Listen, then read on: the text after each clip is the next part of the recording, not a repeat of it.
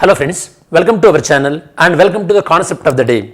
ఈరోజు మన concept of the డేలో భాగంగా స్వరాజ్, పూర్ణ స్వరాజ్, డొమినియన్ స్టేటస్, అలానే సావరిన్. ఓకే, ఈ పదాలకు మీనింగ్ ఏందో, ఈ కాన్సెప్ట్స్ అర్థం చేసుకోవడానికి ట్రై చేద్దాం. ఓకే, సో జాగ్రత్త వినండి. నేను ఒక టైం లైన్ చెప్తాను నేను మీకు, అంటే ఎప్పుడెప్పుడు మనకు ఎలా ఎలా మన డిమాండ్స్ మారుతూ వచ్చినాయి అనేది మీరు అర్థం చేసుకోండి. ఫస్ట్, మనకి బ్రిటిష్ వాళ్ళు మన భారతదేశాన్ని రూల్ చేస్తున్నప్పుడు 1885 నుంచి అప్రాక్సిమేట్గా 1906 వరకు, ఓకే 1906 ఐఎన్సీ సమావేశాల వరకు కూడా ఎక్కువగా మనం డిమాండ్ చేసింది ఏంటంటే, ఐఎన్సీ వాళ్ళు కాన్స్టిట్యూషనల్ రిఫార్మ్స్ని డిమాండ్ చేశారు. ఓకే, కాన్స్టిట్యూషనల్ రిఫార్మ్స్ అంటే రాజ్యాంగపరమైనటువంటి సంస్కరణలు డిమాండ్ చేశారనమాట. లైక్ ఇండియన్స్ పార్టిసిపేషన్ పెంచండి లా మేకింగ్లో, అంటే ప్రావిన్షియల్ లెవెల్ అంటే స్టేట్ లెవెల్లో, దాంతోపాటు నేషనల్ లెవెల్లో ఇలాంటివి. దాంతోపాటు సివిల్ సర్వీస్ ఎగ్జామినేషన్ ఇండియాలోనే కండక్ట్ చేయండి. అండ్ ఈవెన్ ఎగ్జామ్స్ కూడా వెర్నాక్యులర్ లాంగ్వేజ్లోనే కండక్ట్ చేయండి. ఎడ్యుకేషన్ కూడా వెర్నాక్యులర్ లాంగ్వేజ్ అంటే మనకి ఇండియన్ లాంగ్వేజెస్ని అంటే ఎడ్యుకేషన్ని ప్రొవైడ్ చేయండి. ఇలాంటివి ఎక్కువగా మనకి ఈ కాన్స్టిట్యూషనల్ డిమాండ్స్ ఉండేవి ఎప్పుడు 1885 నుంచి 1906 మధ్యలో. దాని తర్వాత 1906 నుంచి, ఓకే 1906 నుంచి 1929 ఈ మధ్యకాలంలో ఎక్కువగా మనం స్వరాజ్ కోసం డిమాండ్ చేసినాం అనమాట. ఓకే, స్వరాజ్ మనకి స్వరాజ్ మూమెంట్, అలానే స్వదేశీ మూమెంట్ అని వీళ్ళు బెంగాల్ పార్టీషన్ చేసిన తర్వాత బ్రిటిష్ వాళ్ళు ఇంకా మన భారతదేశానికి లేదా మన భారతీయులకు ఏదో ఒక మంచి చేస్తారు అన్నటువంటి హోప్ పోయింది. కాబట్టి మనం స్వరాజ్ డిమాండ్ చేయడం స్టార్ట్ చేస్తాం అనమాట. స్వరాజ్లో భాగంగా ఏంటంటే మనకి యొక్క లిమిటెడ్ అమౌంట్ ఆఫ్ ఇండిపెండెన్స్, అంటే పాక్షికమైనటువంటి లిమిటెడ్ ఇండిపెండెన్స్, అంటే పార్షల్ ఇండిపెండెన్స్ ఉంటుందన్నమాట. ఇండిపెండెన్స్ ఓకే, పార్షల్గా అంటే మెజారిటీ వ్యవహారాలు మనకి సెల్ఫ్ రూల్, అంటే మన కంట్రోల్లోనే ఉంటాయి చాలా వ్యవహారాలు. కాకపోతే ఫారిన్ అఫైర్స్ కానీ డిఫెన్స్ కానీ ఇలాంటివి మాత్రమే బ్రిటిష్ వాళ్ళ కంట్రోల్లో ఉంటుందన్నమాట. దాన్ని మనం స్వరాజ్ అంటున్నాం. అందుకోసం మీరు ఈ టైంలో చూసుంటారు మీరు హోమ్ రూల్ మూమెంట్ కానీ, Swaraj is my birth right, I shall achieve it అని చెప్పేసి బాలంగదర్ తిలక్ కానీ, అలానే బాలంగదర్ తిలక్ గారికి ఫాదర్ ఆఫ్ అన్రెస్ట్ అని ఉంటుంది ఒక నిక్ నేమ్. బాలంగదర్ తిలక్ గారికి ఫాదర్ ఆఫ్ అన్రెస్ట్. మరి బాలంగదర్ తిలక్ గారికి ఫాదర్ ఆఫ్ అన్రెస్ట్ అన్నటువంటి టైటిల్, ఆ బిరుదు ఇచ్చింది ఎవరు? మీరు కామెంట్లో ఇంక్లూడ్ చేయండి. ఓకే, సరే 1929లో ఏమైందంటే 1929 ఐఎన్సీ లాహోర్ సెషన్లో ఈ యొక్క పూర్ణ స్వరాజ్ అన్న తీర్మానం తీసుకొచ్చాం.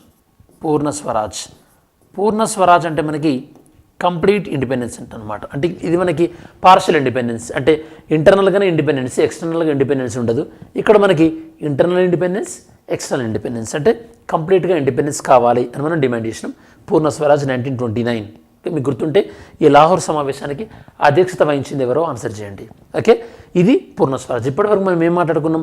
కాన్స్టిట్యూషనల్ రిఫార్మ్స్, దాని తర్వాత స్వరాజ్, దాని తర్వాత పూర్ణ స్వరాజ్.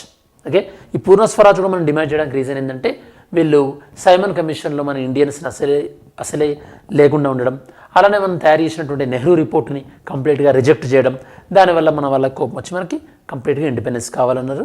దాని తర్వాత మనకి 1947లో ఇండియాకి ఇండిపెండెన్స్ వచ్చిన తర్వాత మనకు వచ్చేసింది మనకి సావరినిటీ. ఓకే, సావరినిటీ అంటే యొక్క సార్వభౌమత్వం అనమాట. సార్వభౌమత్వం అంటే పూర్ణ స్వరాజ్, కంప్లీట్గా మన అంతర్గత వ్యవహారాలు, దాంతోపాటు మనం వేరే దేశాలతో ఎలా డీల్ చేయాలన్న వ్యవహారాలు కూడా మన కంట్రోల్లో ఉంటే దాన్ని మనం సావరీన్ అంటాం.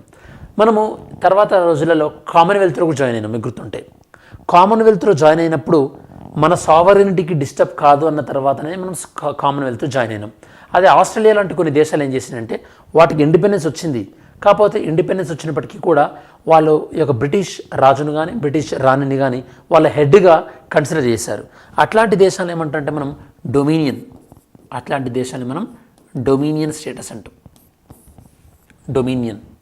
డొమినియన్ అంటే ఆ కంట్రీస్కి ఇండిపెండెన్స్ ఉంటుంది, కాకపోతే వాళ్ళ యొక్క హెడ్గా, నామినల్ హెడ్, నామమాత్రపు అధికారులు ఉన్నటువంటి హెడ్గా ఎవరుంటారు? బ్రిటిష్ కింగ్ కానీ బ్రిటిష్ క్వీన్ కానీ ఉంటుంది, దాన్ని మనం డొమినియన్ అంటారు అనమాట. అట్లాంటి కొన్ని కంట్రీస్ డొమినియన్ కూడా యాక్సెప్ట్ చేసినాయి. ఆస్ట్రేలియా ఆల్మోస్ట్ 1986 వరకు కూడా డొమినియన్ ఉంది. తర్వాత 1986లో ఆస్ట్రేలియా యాక్ట్ పాస్ చేసిన తర్వాత డొమినియన్ స్టేటస్ నుంచి బయటకు వచ్చింది. మీకు ఇవి ప్రధానంగా మీకు కాన్సెప్ట్లో అర్థం కావాల్సినటువంటి విషయాలు ఏంటి? కాన్స్టిట్యూషనల్ రిఫార్మ్స్, దాని తర్వాత స్వరాజ్, దాని తర్వాత పూర్ణ స్వరాజ్, దాని తర్వాత సావరినిటీ, దాని తర్వాత డొమినియన్ స్టేటస్. ఇవి ఈరోజు మన కాన్సెప్ట్ ఆఫ్ ద డేలో భాగంగా. ఇంకా మీరు ఇలాంటి కాన్సెప్ట్స్ ఏమైనా మన ఛానల్లో వ్యూ చేయాలనుకుంటే కనుక మీరు కింద కమెంట్స్లో ఇంక్లూడ్ చేయండి. చూద్దాం, ఎక్కువ మందికి యూజ్ అవుతుంది అనుకుంటే ఖచ్చితంగా నేను అట్లాంటి కాన్సెప్ట్ పిక్ చేసి నేను మీకు ఎక్స్ప్లెయిన్ చేస్తాను. సో రేపు ఎగ్జామ్లో ఇట్లాంటి చిన్న చిన్న కాన్సెప్ట్స్ మీకు వరీ అవ్వకుండా ఉండాలన్నమాట. ఎందుకంటే మనము కొన్ని సందర్భాల్లో కోచింగ్ అయిపోయిన తర్వాత క్లాస్ విన్నట్టే అనిపిస్తుంది, కానీ బేసిక్స్ అడిగితే మనం చెప్పలేకపోతాం. ఎప్పుడైతే మనం బేసిక్స్ అడిగినప్పుడు చెప్పలేకపోతామో, మీరు దీన్ని స్క్రీన్ షాట్ తీసుకోవచ్చు. ఎప్పుడైతే కనుక దీన్ని మనం బేసిక్స్ అడిగినప్పుడు చెప్పలేకపోతామో అప్పుడు మనకి ఏమవుతుందంటే కాన్ఫిడెన్స్ కిల్ అవుతుంది. అలా కాన్ఫిడెన్స్ కిల్ అవ్వద్దనే ఇలాంటి కాన్సెప్ట్ ఓరియంటెడ్ వీడియో స్టార్ట్ చేయడం జరిగిందనమాట. Anyhow, have a great day. Thanks for watching this video.